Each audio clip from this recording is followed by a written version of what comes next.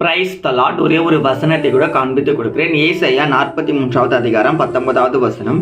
இதோ நான் புதிய காரியத்தை செய்கிறேன், இப்பொழுதே அது தோன்றும். இன்னைக்கு ஆண்டவர் நம்மளை பார்த்து சொல்றாருங்க, மகனே மகளே, ஒரு புதிய காரியத்தை ஆண்டவர் நம்ம வாழ்க்கையில செய்ய போறோமா, அது இன்னைக்கே நடக்க போகுதுன்னு சொல்லி இன்னைக்கு ஆண்டவர் நமக்கு வாக்குறாருங்க.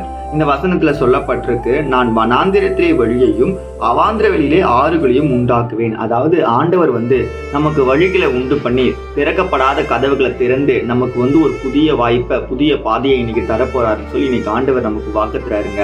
அதாவது இன்னைக்கு உங்க வாழ்க்கையில கூட பாத்தீங்கன்னா, என் வாழ்க்கை முடிஞ்சிருச்சுங்க, இதுக்கு மேல எதுவுமே இல்லைங்க, நடக்காதுங்க, அதெல்லாம் முடியாதுங்க, நான் என்னதான் முயற்சி எடுத்தாலும் நான் தோத்துக்கிட்டு தாங்க இருப்பேன்னு சொல்லிக்கொண்டு நீங்க புலம்பிக் கொண்டு தானே இருக்கீங்க. ஆனா ஆண்டவர் சொல்றாரு, மகனே மகளே, இன்னைக்கும் நீ புலம்பிக் கொண்டு தற்கொலை எண்ணத்துல இருக்கமா, என் வாழ்க்கை முடிஞ்சிச்சு, இதுக்கு மேல எதுவுமே இல்லைன்ட்டு.